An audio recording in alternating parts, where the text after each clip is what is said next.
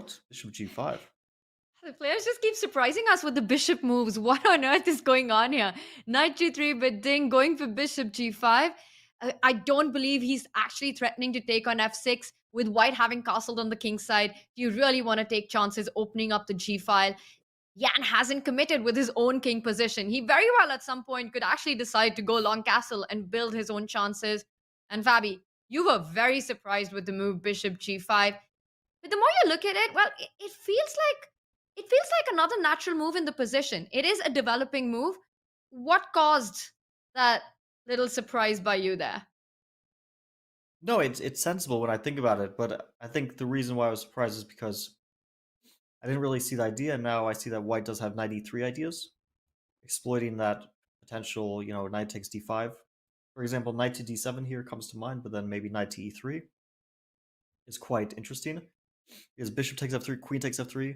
White is not at all worried about the h2 pawn being hanging, because this would probably be very, very bad. King h1, bishop should drop back, otherwise it gets trapped, and then knight takes d5, and obviously things have started to go quite wrong in black's position.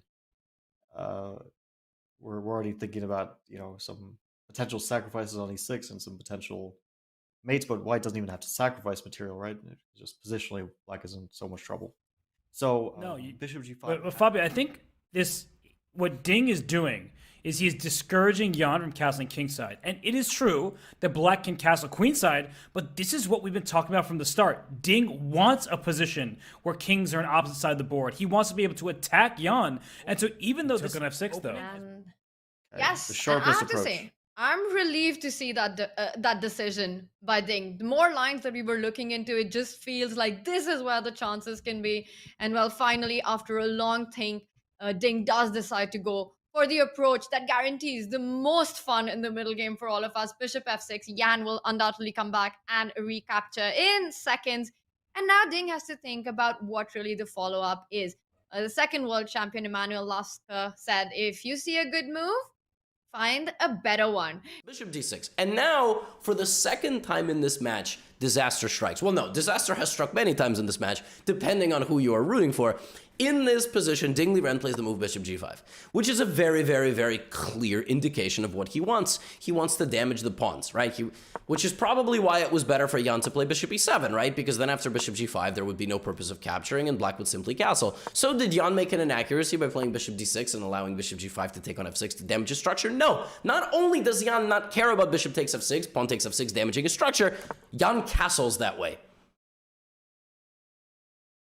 For the second time in this match, Ding threatens to damage his opponent's pawn structure, and his opponent uses that to his advantage. Ding played the move bishop g5 in less than 2 minutes. He played the move bishop f6 in 30 minutes. That is a massive giveaway of information. Like in poker, poker pros, they little tells, right? A tell that your opponent was not ready for this is the fact that he spends 30 minutes convincing himself it's the right thing to do. And I got news for you. It's not the right thing to do for the second time in this match. Ding is digging himself into a hole. All right?